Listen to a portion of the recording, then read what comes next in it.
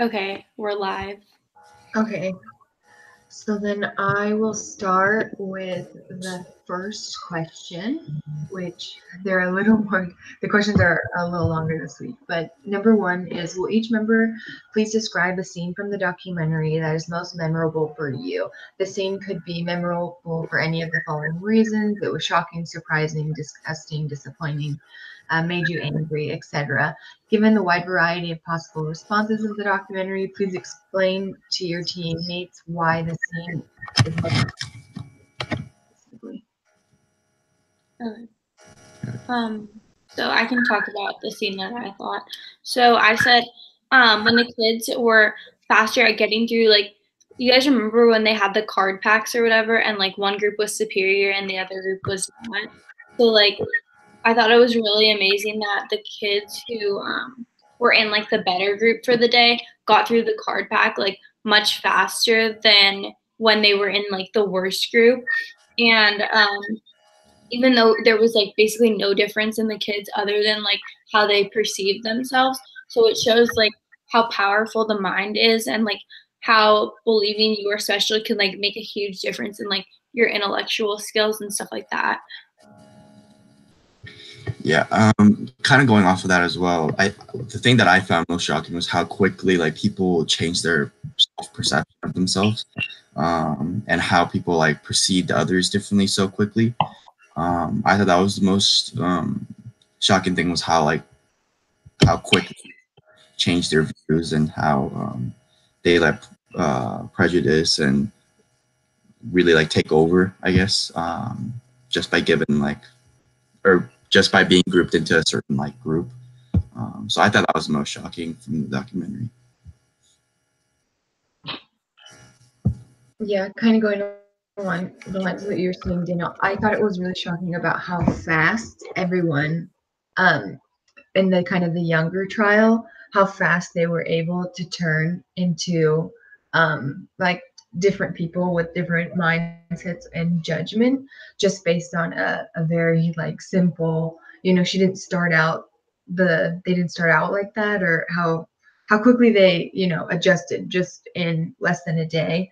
And then how in the kind of like adult group, like in contrast, how that group was a lot more like silent as compared to like the younger group was much quicker to like make remarks and like really turn quite derogatory at like points. Whereas in the older group, although they were more aware of their kind of like test group situation, they just kind of like stood in silence and let it all happen. And I found that like Yeah, pretty like shocking. going off of that, I thought it was also interesting how like the older group, they were kind of more like the ones who were in the non-superior group were kind of like arguing with it and fighting with it, and they were like super annoyed about it when like in reality like that's how like some people live their lives, but they like were so confused because they had never like been through anything like that, but the younger kids like just accepted it and went along with it. Yeah, I find it interesting how like the group that was being like stereotyped against and like they were in the lower group, like when they were fighting it, they saw the injustice in it. But the people that were benefiting from it, they kind of chose to go along with it and kind of, I guess, like ignore it. So it's really significant in that people who are watching the study being done understand what's happening and they understand like um, the scenarios that she's setting with the experiment. So like we can tell like, oh, they're wrong for judging them that way, but so it really opens our eyes to see how like certain people may feel like how in our society when they're being prejudged. So I thought that's why the experiment was so significant. The people that were watching it knew like right away, hey, like that person is wrong. That person, we were able to what's the word, like sympathize with their situation. Yeah, and even after when like they did one day blue eyes were superior for the because with the third graders they had a longer kind of test period. um but were able to, like, the blue-eyed acted one way, and then the next day she said, "Oh, I'm wrong. Really, it's brown." And I thought it was really interesting because afterwards they said, like, "Oh, well, we knew how it was to be treated that way, but it was really quick for the brown eyed figured out that, oh, they weren't as, you know, inferior, that they went and treated the blue-eyed people just as the blue-eyed people had treated them previously, you know." And part of that is because they're third graders, but then after, I think when they were adults, you know, they were able to kind of reflect on that fact and just kind of say that, you know, I thought it was interesting because they, as children, weren't able to make the connection as, like, they just wanted to be the better one, but then as adults they were like, "Oh, it felt like so horribly, I would never treat someone like that again." Yeah. Okay, so should we, I thought, or sorry, something else to add. I thought when she was doing this on the younger kids, something that was significant was I thought it kind of played into the fact how humans kind of want that power. And since kids are less like developed, I guess, than adults, adults kind of know, like, hey, like, you don't need the power of another culture group, I guess, but the kids don't know that yet. So it kind of played into the fact how humans can kind of get power hungry and, like, kind of seek that power as well. So I thought that was something interesting from the documentary that wasn't related to prejudice and all that stuff. yeah, and that they didn't even question it either. Like, they didn't question why one day blue eyes were superior and one day brown eyes were. They more questioned why the one was viewed as, like, inferior. But that makes a good point. You know, they were so fast to just go along with it without even, like, questioning why are blue eyes better than brown. Yeah, They it just kind of said, seems "Oh, like they I'm just better." said, oh, Yeah. sorry. And It just kind of yeah. seemed like as soon as they said, oh, like, brown eyes is better, they're like, oh, okay, that makes sense. And, like, kind of just went with it just for the sake of being better, I guess. So I just thought it was interesting. It was different. Yeah. Okay, and then number 2 is Jane Elliott has done this same blue eyes, brown eyes exercise many times with different audiences. What is this video, or what is the video trying to tell you about prejudice? From where in the video do you get this message about prejudice? Please subscribe to the video. The part in the video that's relevant, and explain why you think that part is prejudice. Mm-hmm. So I think this video is trying to tell us about prejudice is that it's not just for, like, or one of the things it's not just for cultural groups. So I know in our book it defines prejudice as, like, having prejudgment of a certain culture group. But Jane Elliott shows that it's not just about, like, culture or race. It can be about anything. And I think that's why her studies is so significant, is because it shows that it's not just, like, a race thing or it's not just a culture thing, but it's just our perception of a group that may be judged by, like, I don't know, like media or something like that, that can lead to prejudice. Yeah. So going off of that, I think it also shows, like, prejudice is more just like a belief in your head, and it's not, like, actually like a physical thing. It's more just like what you think of, like, a certain group of people. And it's like you might think so like a certain group is a certain way, like kind of like how in the olden days people thought like white people were superior to black people, but in reality there's like no physical difference or like no like actual difference on the inside of the people. Like we're all human. And that's like kind of what her experiment was trying to show, like everyone is like equal and we shouldn't judge people based on what they look like on the outside. Yeah, and I think a lot of it just goes to show how much prejudice is taught, and how you can not teach it as well. Like those students who, when they were older, like they kind of had everything like working against them, you know, as far as like prejudice goes. They lived in like a small rural community, like predominantly religious community that was mainly white. So they really had every reason to not think the way they did. Like if you think of like for the time period and how people were thinking back then.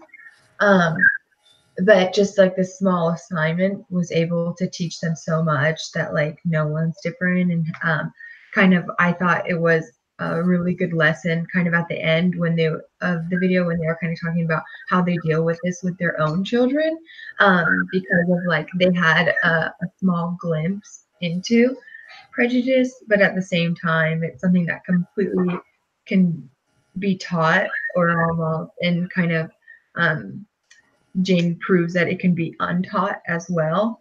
And it's kind of like we were saying, it's a majority, like it's just a mindset. And like also at the beginning of the video, it was really interesting because the kids were so like certain about their views about how like we don't talk to Black people or stuff like that. And then at the end of the experiment, they were like, she asked them like, should we judge people based on what they look like? And they all agreed like, no, we should not. And then like after it, when they were adults, they all agreed that it was like a good experiment and like it impacted their lives in a positive way. Mm-hmm. Yeah, and they were kind of talking about how like their views are, you accept a view from like an authority figure. So their teacher was telling them this is right, and they have no reason to believe it's incorrect. Like when you're young, you don't question really your parents or their judgment because you just make an assumption and you don't really have that free thought yet, until you kind of like grow and learn a little bit. So it's definitely like something that if it's learned from, as you kind of saw, like if your authority figure tells you something, there's really no reason to question it at that age. And kind of going off of what both of you guys said about prejudice being like a learned thing that we learn from teachers or media or something like that, is that before she did the blue eyes, brown eyes exercise, the kids didn't have any like notion that eyes would even set them apart. But she was doing the experiment and she was telling them, hey, like brown eyes is better or blue eyes is better. Then that's when the kids started like kind of looking into it and started forming these prejudgments. So I think that's a really solid argument that prejudice is a learned thing and it's not something that we're born with. Yeah. Okay. And then third question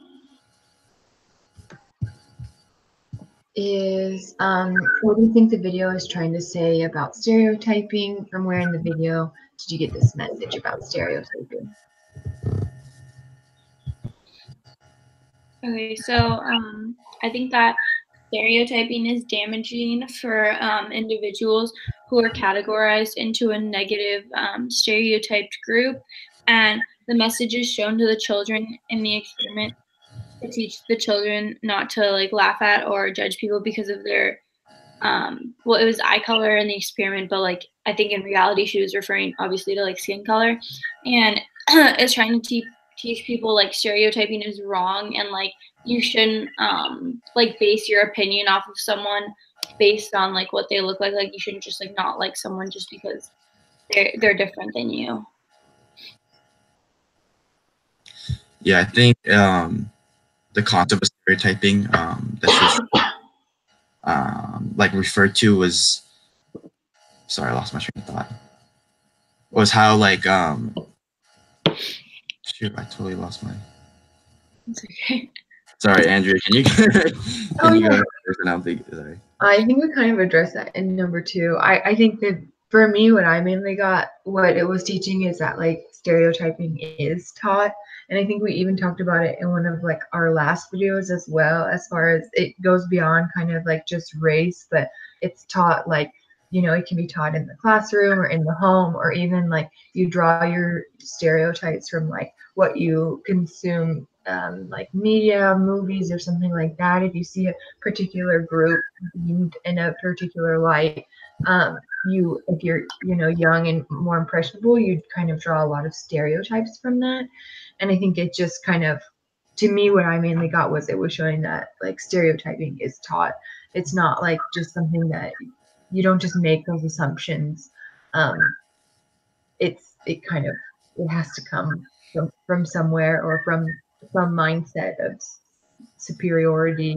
And although it may not come from like your personal beliefs, it probably came from either people who are close to you, or media, something like that. But I don't think that you're like born into thinking that like one group is superior than another.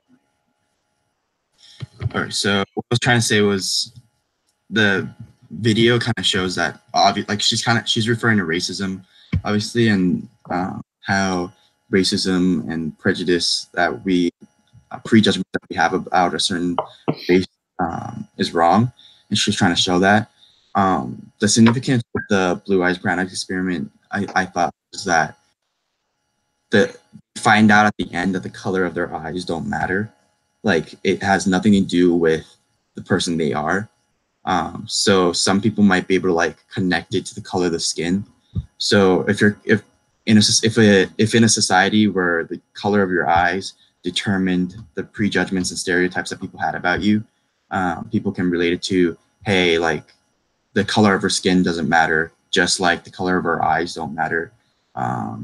So in that way, she kind of teaches the audience about how stereotypes, because of a certain color of skin or color of the eye, is not important, I guess, with the color of the eye experiment. I don't know if that makes sense, but that's what I was trying to say. Yeah, and also it does, like, going off of what Andrea said, was like media and like say your parents or whatever, like for the kids obviously would play a huge role in like what they think of others. So maybe their parents believed like whites are like the superior group or whatever. That's probably why at the beginning of the experience they thought they were better than like white people or like Native Americans or anything like that.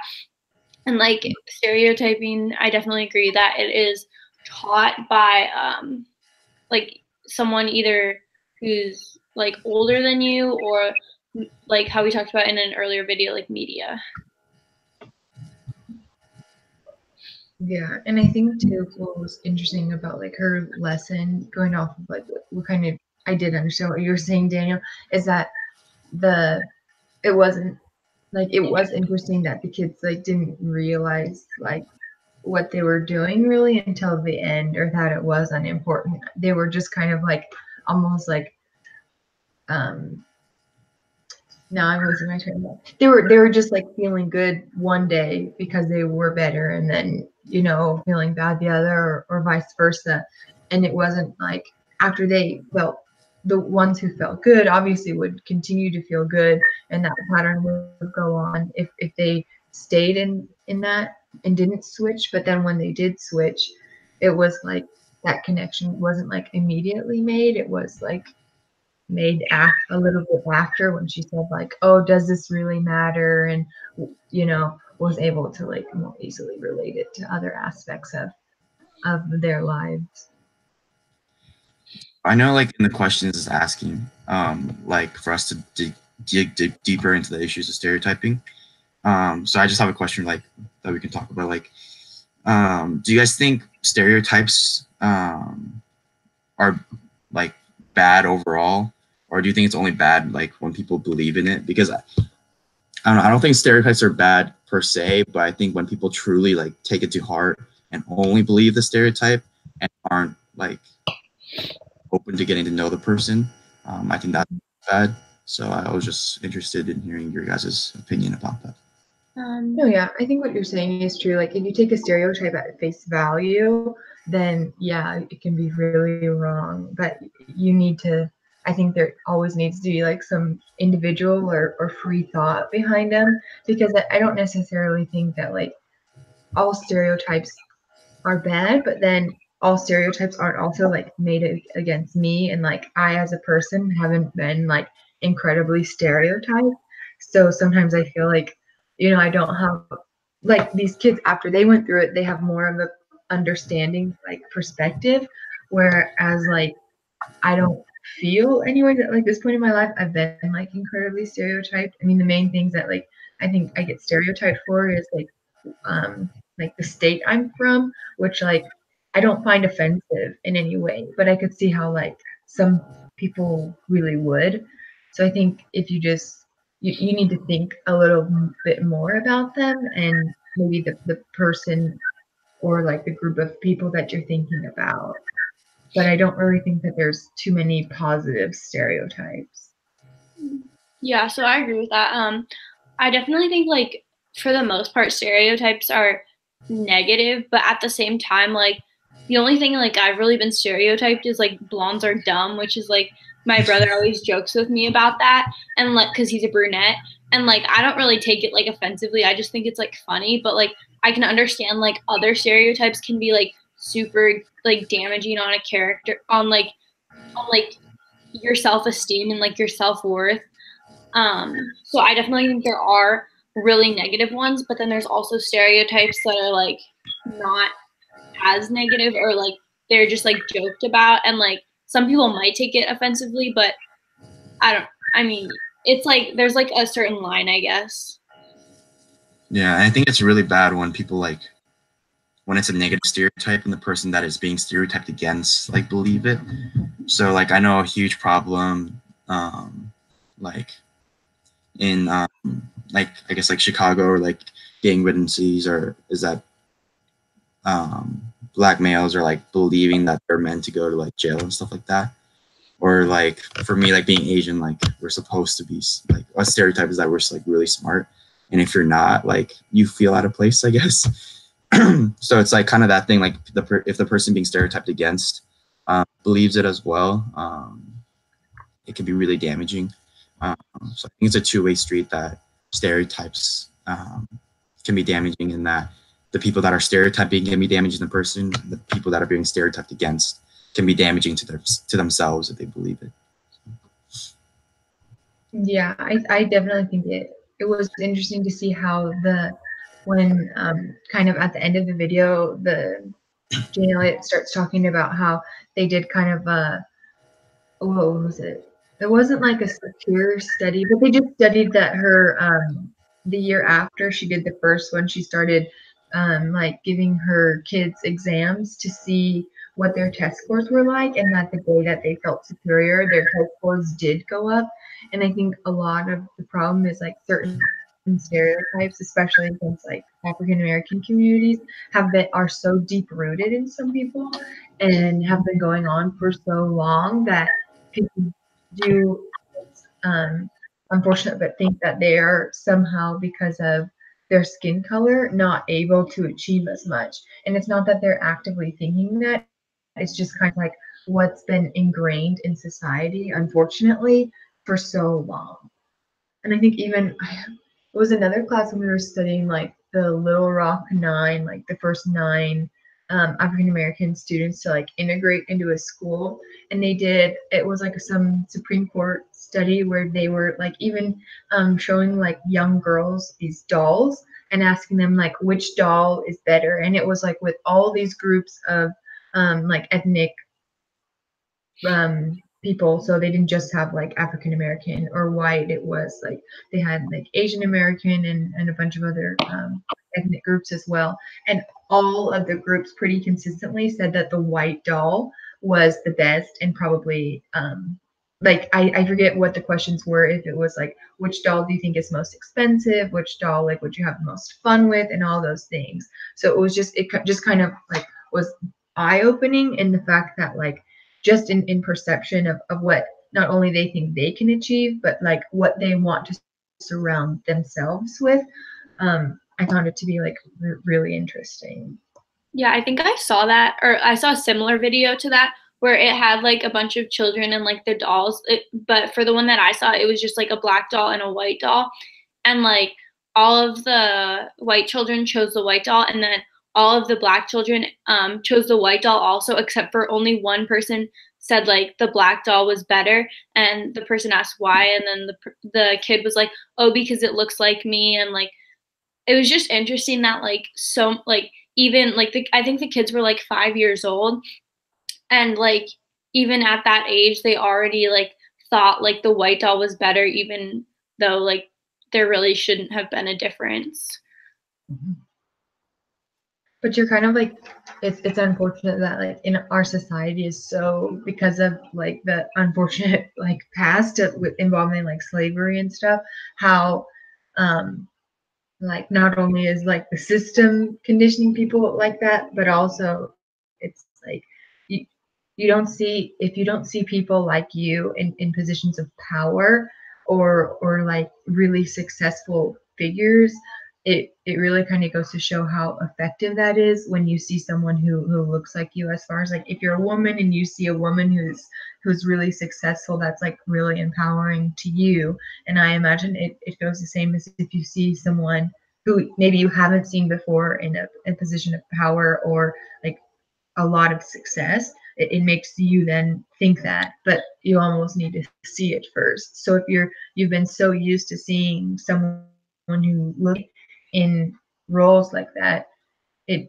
kind of becomes more clear where those lines are drawn, not just as far as like stereotypes, but even like just how the stereotype plays into achievement. Yeah, it kind of goes on to the fact that like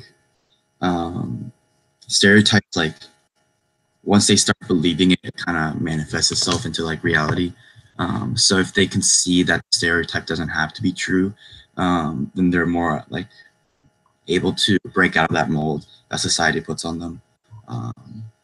So it kind of relates to what we were talking before too as well. So. Yeah.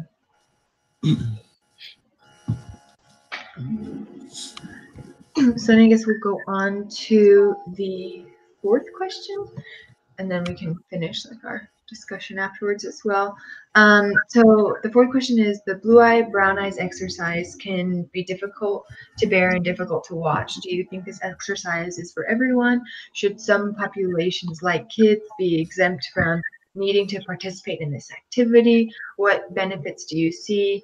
What are the disadvantages you see? I think that everyone should like do it once, just to open their eyes to how our appearance doesn't like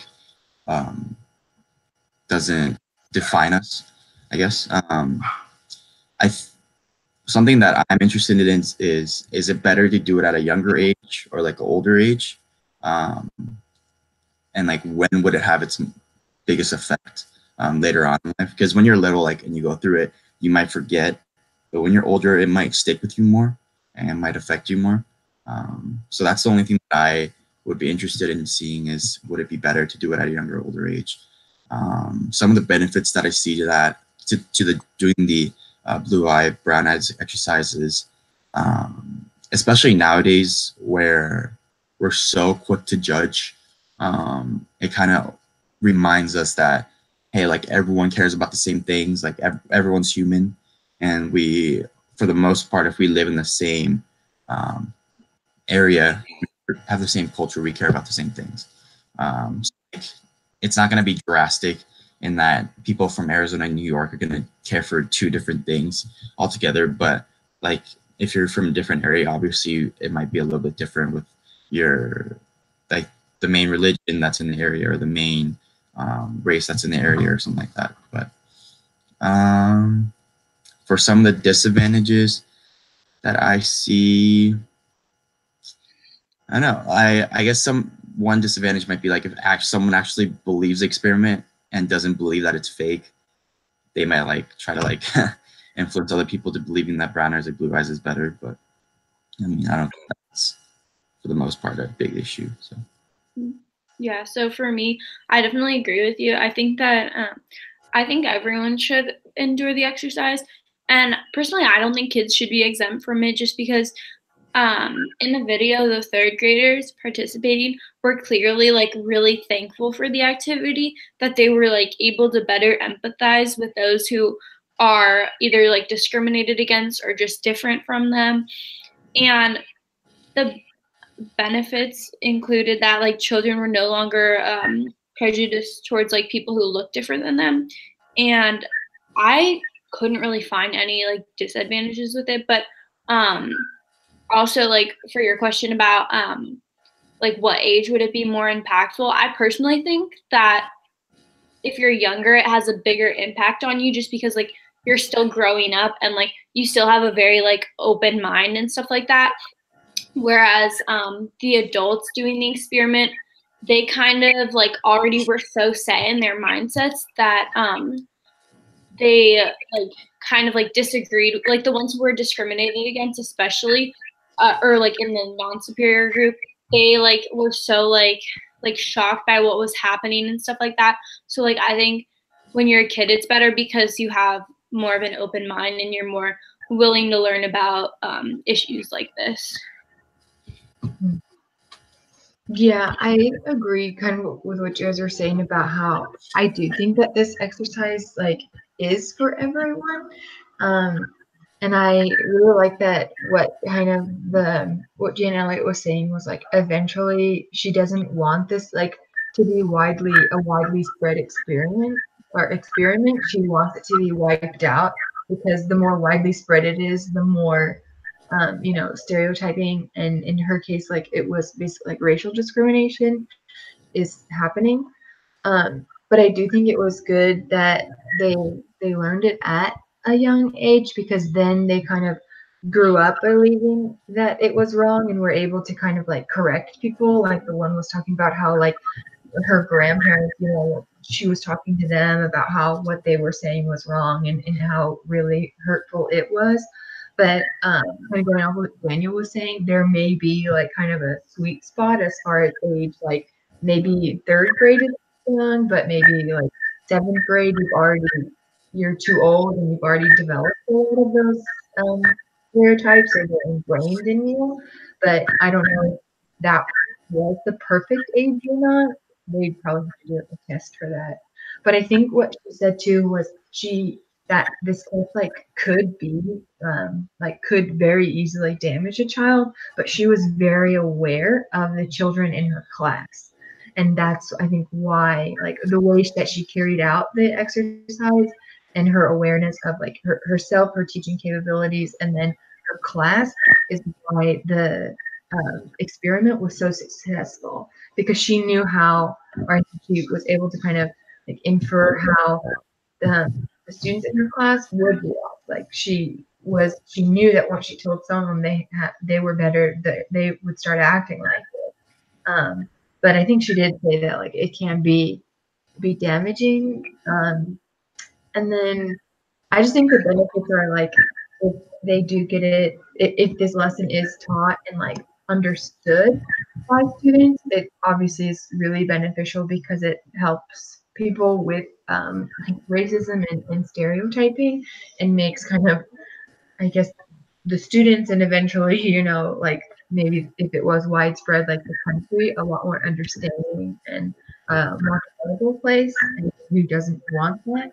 But I do think that like some of the disadvantages are if like she even I think admitted that like if the exercise is taught wrong, like it can be taught to stereotype or to have prejudice rather than to try and get rid of those prejudices. So one of the disadvantages is if it was like widespread, if the teachers aren't as aware as she was or taught properly, it can be damaging to a child. And then also it can be taught to like further ingrain stereotypes into people or even create them in people. Yeah, that's a good point about how the person conducting it should be well like versed with the topic. Yeah, I never really thought about that, but that is a really good point because, like, say the teacher has certain stereotypes in their head, they could be passing that on to their students, and then it would just cause more stereotyping. So it definitely has to be like you have to be careful with like the words the teacher uses and like very specific about like it's just an experiment to show you guys this is like not like we should not be like actually stereotyping people. Yeah, that was a good point. Yeah, and the only thing I was worried about the age part is like people are quick to forget what they learn, and like these are one of the exercises that I feel like you can only do once, because like the second time I feel like people wouldn't like I guess like fall for it. So yeah, it's one of those things where you have to get the timing like right, so it makes the most like the greatest impact. Because I feel like kids, they may be like for a week or two they might refer back to the activity, but in a couple of weeks time, like they might just go back to their old ways. That's the only thing that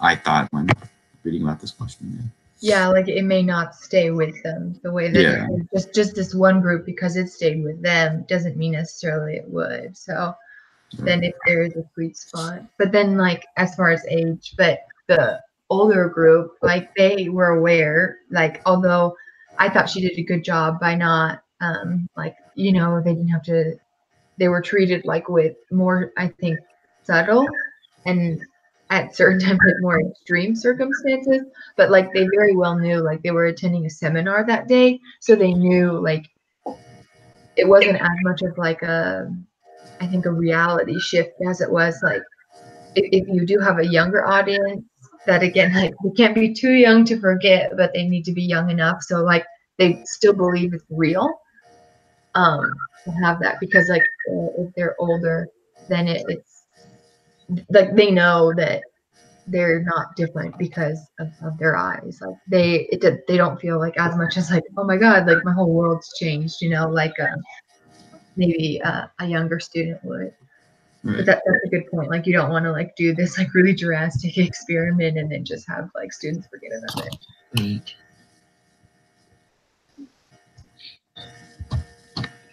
So do either you have any other like memorable points from video that you wanted to talk about, or?